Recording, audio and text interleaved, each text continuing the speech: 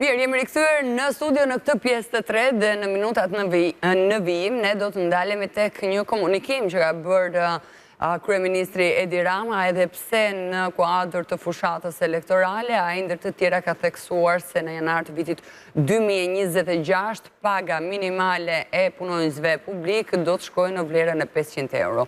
Sa do të arrihet kjo, çfarë efektesh do të ketë në ekonomi e mëtej, ne do të kemi kënaqësinë të diskutojmë përmes një analize me zotin Flobenc Dilaveri, ekspert i ekonomisë. Mirëmëngjes, mirë se erdhët. Mirëmëngjes, mirë se u gjeta. Mirëmëngjes zoti Dilaveri, faleminderit që jeni me ne në fakt për të diskutuar mbi këtë lajm të mirë, padyshim që është lajm i mirë për gjithë shqiptarët që punojnë, por nuk dim sa e realizueshme mund të jetë kjo teknikisht nga ana e qeverisë për të realizuar, le të themi, paga minimale 500 euro.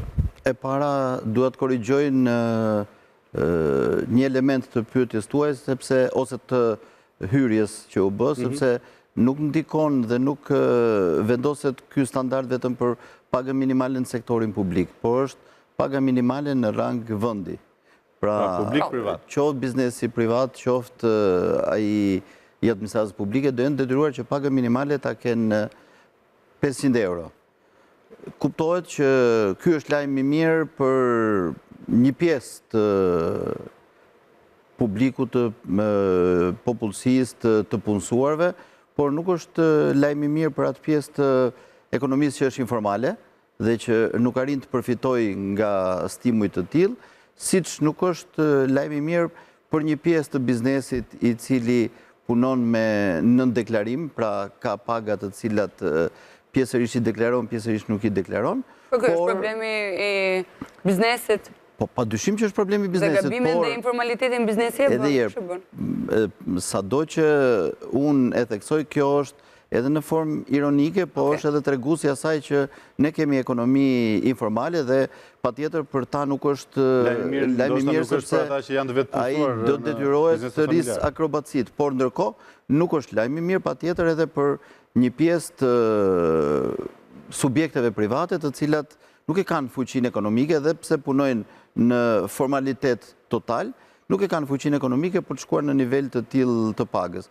Kuptohet, rreth 22 vende të Bashkimit Evropian ndjekin këtë model për atë një pagë minimale, por ndoshta në Shqipëri do kishte një lloj vlere më shumë nëse ne do të ndiqnim një pagë minimale rajonale dhe pastaj të kishim dhe një standard për pagën minimale kombëtare, sepse të jemi koshient paga që aplikohet në Tiranë apo në 1, 2, 3 rrethe të mëdha nuk është e njëjtë me pagën që mund të aplikohet në qytete më të vogla.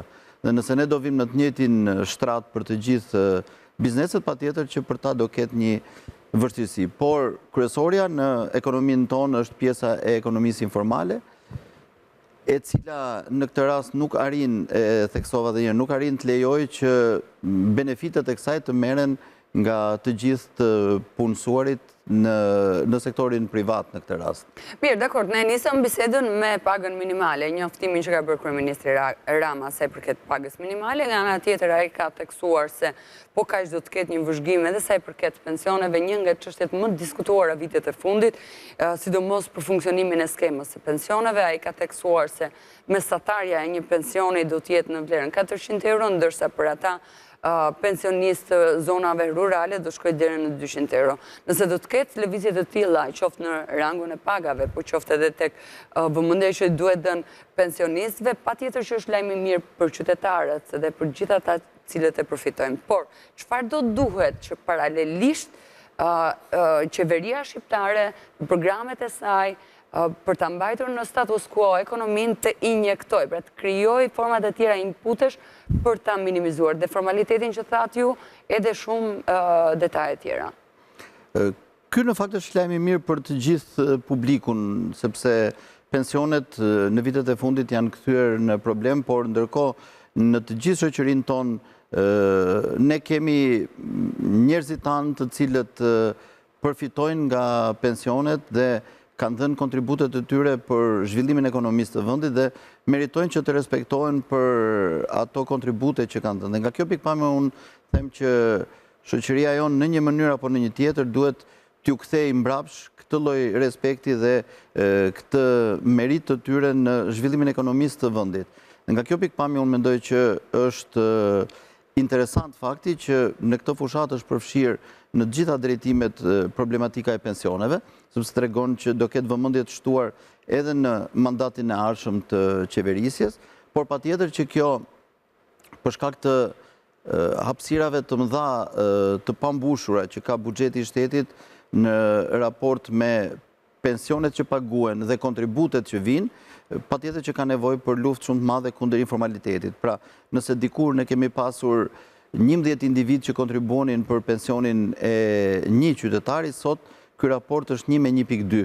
Dhe këtu patjetër ka ndikuar jashtëzakonisht shumë informaliteti në bujqësi, që ka qenë në vitet e shkuara, pra para 90-s ka qenë patjetër i formalizuar, ashtu siç gjithë fushat e tjera të ekonomisë, dhe jepte një kontribut të jashtëzakonshëm në skemën e sigurimeve. Ndërkohë që sot, përveç kësaj, kemi të rinj, krah pune që largohen, në momentet kur ata duhet fillojnë të kontribuojnë, pretendojnë ose preferojnë më mirë të ikin për të studiuar apo për të punuar jashtë Shqipërisë, ndërkohë që këtu shtohet gjithnjë më shumë masa e atyre të cilët dalin pension dhe ju vjen momenti për të përfituar nga çfarë kanë dhënë për shoqërinë në vitet e shkuara. Në fakt, deri në këtë moment jemi marrë vetëm me faktin që është lajm i mirë apo është lajm i keq. Megjithatë, sa është gati qeveria shqiptare për ta përballuar këtë rritje të pagës minimale, duke qenë se buxheti i shtetit edhe numri i atyre që punojnë në administratë padyshim që është i lartë. Kur e deklaron kryeministri patjetër që ka prapa një gamë të tërë, po them, përgatitjesh, ka mbrapa ekspert, ka mbrapa Ministrinë e Financave dhe atët ekonomisë, kjo është paraqituar që përballohet.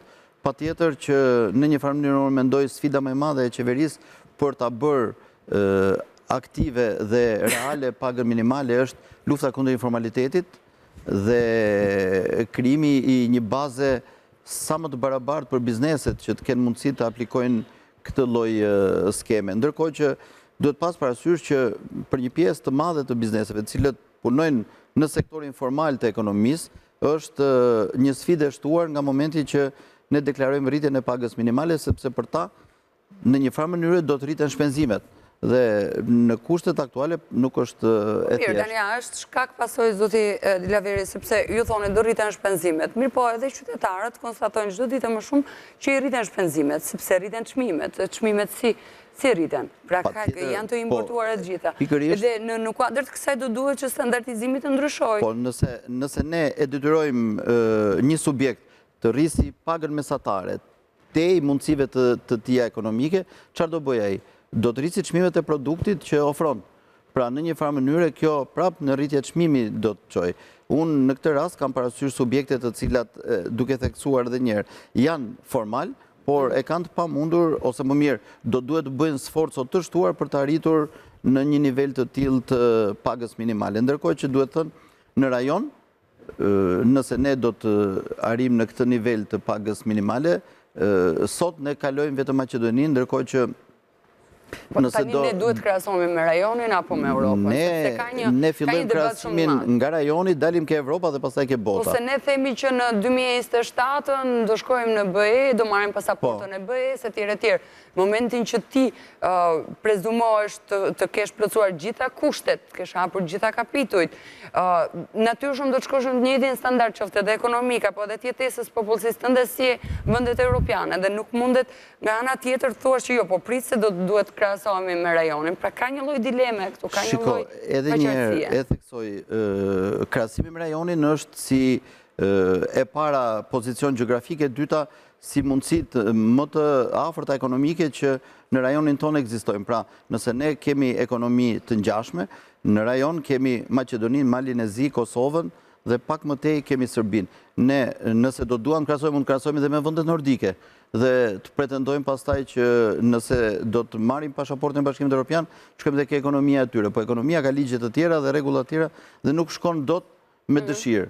Ndërkohë që me këtë pak që ne kemi aktualisht, duke vazhduar krahasimin, ju them që kemi përpara, ose më mirë jemi përpara Maqedonisë, Ukrainës dhe nëse të gabojmë Moldavisë.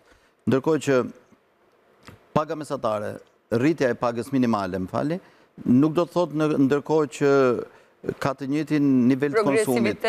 Jo, pra paga minimale mund të rritet, por në varësi të çmimeve që ti ke, krahasohet edhe me konsumin që ti mund të kryesh për një pagë minimale 50.000 lekë. Pra, kjo për mua është gjithashtu sfidë për qeverinë në mënyrë që neve të rrisim pagën minimale, por të bëjmë që me uljen e çmimeve, kjo pagë të ketë mundësi të ofrojë për atë që e disponon një blerje më të madhe të produkteve, sepse ndryshe të vazhdojmë të ngelemi në nivelin minimal si që jemi sot. Bukur, dhe çfarë ndodh me pagat e tjera atë mesatare në rast të paga minimale do të shkojë 500 euro, do të ndikojë në rritjen edhe të mesatares? Rritet progresivisht. Në një farë mënyrë ndikon, patjetër, sepse nga momenti që paga minimale rritet, paga mesatare merr tjetër spunto, sepse bazohet në nivelin e poshtëm dhe në nivelin e sipërm të saj. Kështu që kjo do ndikojë automatikisht. Por për pjesën tjetër të pagave, sidomos për sektorin privat, ajo që ka rolin kryesor është performanca ekonomike. Mënyra se si ekonomia do performojnë 2025 dhe 2026 do ketë rolin e saj. Kuptohet qeveria me politikën që kanë ndjekur në vitet e fundit për të rritur në mënyrë agresive pagën mesatare, në të gjitha format, patjetër që bëhet lokomotive edhe për biznesin privat, i cili në një farë mënyre ka sfidat të tjera në raport me ato që ka qeveria, por për të qenë atraktiv ndaj punëmarrësve duhet patjetër që të përpiqesh të afrohesh edhe me punëdhënësin kryesor që është shteti në këtë rast. Në këto 34 vitet e fundit, zoti Dilaveri, ajo çfarë është konstatuar edhe nëpërmjet analizave që bëni ju ekspertët e ekonomisë, thuhet se pjesa më e madhe e zhvillimit të ardhurave ekonomike që ka vendi ynë vjen si rrjedhoi e shërbimeve dhe industria e ndërtimit. Pra po themi industria e ndërtimit ka qenë e para dhe shërbimet.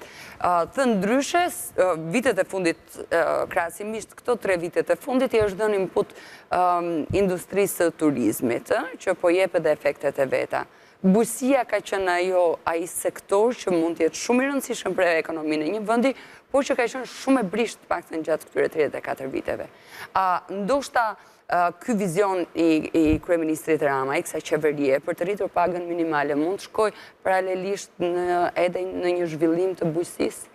Jo, për të minimizuar ose balancuar rritjen e çmimeve? Nuk shkon paralelisht fare, sepse bujësia është sektori më informal në Shqipëri dhe do vazhdoj të jetë i tillë për sa kohë që ne nuk do arrijmë të krijojmë politika atraktive më shumë se sa detyruese ndaj fermerëve për të detyruar ata që të kalojnë në dritën e formalitetit, të përpiqen dhe të kuptojnë që e ardhmja e tyre është futja në hullit e informalitetit dhe jo vazhdimi si thua, i të punuarit individualisht në kushte ku nuk paguajnë sigurimet shoqërore, ku nuk mendojnë për të ardhmen e tyre, por ndërkohë mendojnë edhe vetëm për të krijuar atë përfitimin e momentit.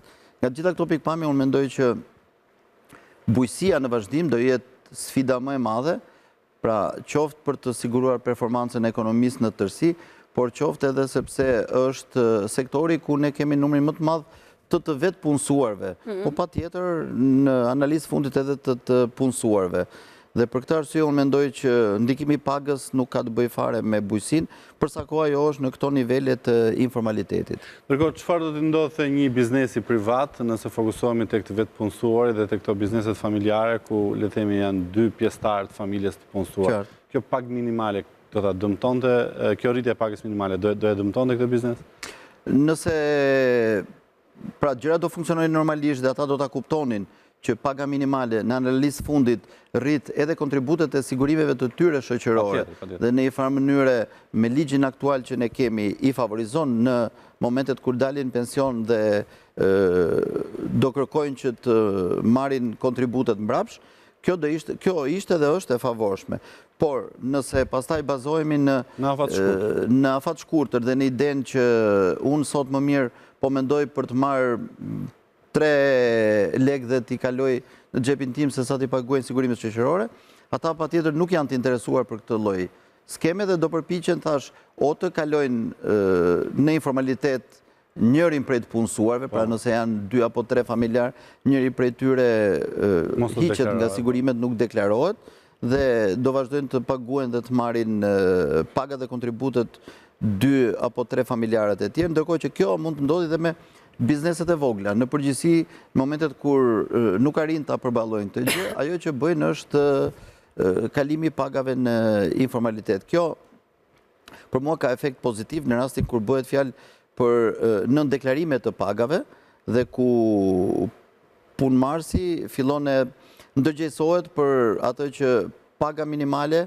nga momenti që është me vendim qeverie duhet t'i kaloj ashtu siç është dhe nuk do të pranoj një lloj si thosh marrëveshje me punëdhënësin për të ndarë atë gjysëm në kushte formale dhe gjysëm informale. Megjithatë, zoti Dilaveri, ju keni patur një eksperiencë më parshme në institucione të rëndësishme të sistemit fiskal, siç është edhe sistemi tatimor e tjerë që funksionon në Shqipëri. Dhe një tjetër debat i këtyre viteve të pluralizmit ka qenë edhe sa herë ndrohet një qeveri ndryshon sistemi fiskal. Dhe pikërisht kjo gjë ka dëmtuar më së shumti sektorin privat dhe a ka thelluar paqëndrueshmëria e sistemit fiskal në thellimin e informalitetit? Patjetër.